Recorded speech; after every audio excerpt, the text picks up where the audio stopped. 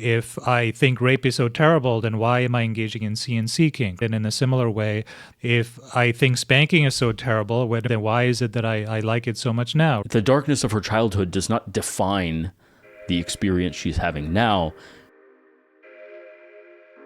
Our question comes from Lauren, who says that she grew up in a very conservative Christian community where corporal punishment was the norm both at home and at school. She has since come to view this manner of rearing as traumatic and has cut off connections to the people from her childhood. She's now grown up and married and has discovered that she has a huge spanking fetish. Luckily, she also has a husband who's able to indulge her in this fetish, but she often has really dark thoughts about the origin of these desires given her childhood experiences. Reading this question reminds me first of two stories that I'll tell you.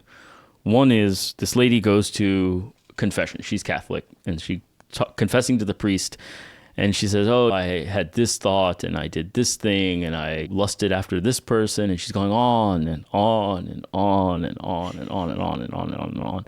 And the priest ultimately is just like, what is going on? Like, this lady's just an endless list. Like, what's going on? And so he finally said, I'm sorry, my daughter, are you looking for forgiveness or an explanation?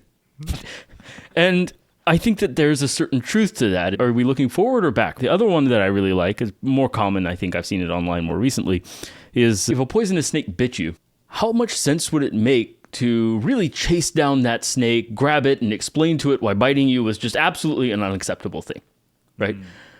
That's not going to solve the problem. The problem is that you've been bitten, so you have to move forward with it. And I think psychology, psychotherapy bears the brunt of Freud's opinion that so many things came out of childhood, and it must be our childhood that created this thing. I don't know that that's true. It was his idea, but he's just a dude. And it's not that childhood doesn't create a tremendous imprint on us. It does. He's not wrong about that. But it's also possible to move past our childhood experiences. There is also such a thing as healing. And whatever the origin, first of all, does it matter? If she's in a good place now, she's in a good place now. Doesn't have to become dark because it came from somewhere dark. That the darkness of her childhood does not define the experience she's having now. Just giving herself permission to let go of that childhood and say, cool, I found this place. This is who I am now. This is where I am now. And it's pretty damn good. And end the thought there, period, full stop. There would be a tremendous healing, I think, in that. That's the first thing. The second thing I would say is the challenge of child rearing, of being a child, is that you are powerless and naive and uninformed, and you are genuinely lesser than the adults around you in many ways. And there is no way of teaching an infant other than the way we teach pets, which is through conditioning. It doesn't have to be harsh conditioning, but even just like saying no. Well, we tell toddlers no. We tell toddlers don't do that. These are the rules, period. And spanking historically, or corporal punishment, was a way of reinforcing that. We do the same thing with dogs. Then as a child gets older, ideally, it would be a bit absurd to spank a 21-year-old daughter. That gets a little bit crazy. Why? Because it's a person now. Now, in order to train this person, we talk to them. We explain things to them. And we give reasons. We don't just say, these are the rules, live with it. You have to justify your rules and rationalize them.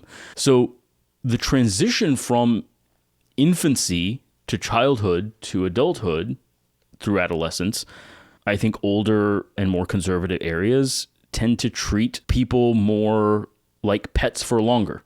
Children are not given their adult agency for a much longer period of time.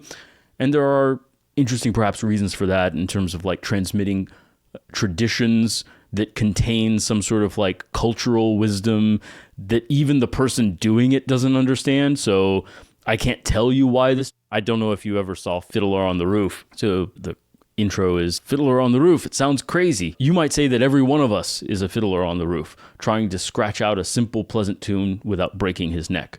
And how do we keep our balance? That I can tell you in one word: tradition. And that's the notion of where the traditions fit into their little society. And then he goes on to say, for instance, We have traditions even about everything, about how to eat, how to sleep, even how to wear clothes. We always wear a prayer shawl and keep our heads covered. And you may ask, where did this tradition come from? And I'll tell you, I don't know, but it's a tradition, right? Mm-hmm. And then at the very end of the movie, they're being kicked out of their village. And one person says, our ancestors were kicked out of many, many places. And he says, well, maybe that's why we always wear a shawl and keep our heads covered, right? So this notion that traditions can come from somewhere is more prevalent in more conservative societies. For that reason, I think they tend to infantilize children for longer, whereas our modern notion is that everything we do should be explainable. We should be able to justify explicitly why all of our rules are our rules. And where she falls now versus where her family fell on that spectrum growing up can be very different. This notion of treating someone as an infant or as a pet as lesser than is a big part of kink. And so there's a crossover there, is that the whole notion of, hey, these are the rules, I'm the dom, my way is my way or the highway, and if you disobey, you're going to get a spanking. It's very much I'm treating you as a pet or a child, because I'm not explaining, I'm not justifying, and I'm using conditioning rather than explanation or reasoning or negotiation, which is what I do with equals. Well, I feel like this person is trying to get at a conflict that your answer perhaps is not going to help her with. Your answer is not going to help. No, sorry. The gist of your response here is, well, you're in a good place now. There's such a thing as healing. Move on. I think the conflict she's having here is she's described her upbringing as traumatic, and she's even gone on to say that she's cut off connections to people from her childhood, presumably parents and close relatives is really the implication of that. And that in itself is a very dramatic thing to do. And I think highlights the degree to which she resents the experiences of her childhood. And now here she is, fast forward in adulthood, engaging in behaviors like spanking, where it reaches back into her past and reminds her of the people that she's now cut off in the past. And this is resulting in a bit of a cognitive dissonance, because I think this is very similar to people who write, and we've answered this question before, people who say, well, I was sexually assaulted or raped when I was younger, and now I have a CNC kink. And they have a lot of cognitive dissonance, because to some extent, when they go back and they engage with their CNC kink, in their mind, even though this is not true, they feel like they may be validating that experience that they had when they were being raped. They're like, well, if I think rape is so terrible, then why am I engaging in CNC kink? And in a similar way, when she's like, well, if I think spanking is so terrible, if it's so terrible when I was a kid, then why is it that I like it so much now? Angst that she's feeling, that she has cut off people from her childhood. There's always still available to her. Now I'm reading a lot into the question. There's always available to her the option of picking up the phone and calling her parents or whoever it was that reared her and reestablishing connection. And every time she's spanked, she's like, well, was it really so bad when they spanked me in childhood? Because I'm doing it now, right? They're just cutting off the family, which is a very big move, must be resulting in some degree of angst. And every time she's spanked, she must be questioning herself. It's like, I did such a dramatic thing by cutting them off. Should I just give them a call? Should I just say I'm past it now and I've forgiven them because here I am getting spanked and I'm perfectly okay with it? Should I just let it go? And it always probably results in this dissonance for her. And I'm reading a lot into it, but that's where I went with the question. I think we can merge those two in an interesting way. I think there's an interesting analogy with the CNC kink. To what degree is my enjoyment of this as a fetish validating that previous experience? I think that's a good question. I think where this is different and where we don't have enough information is how invalid was that experience?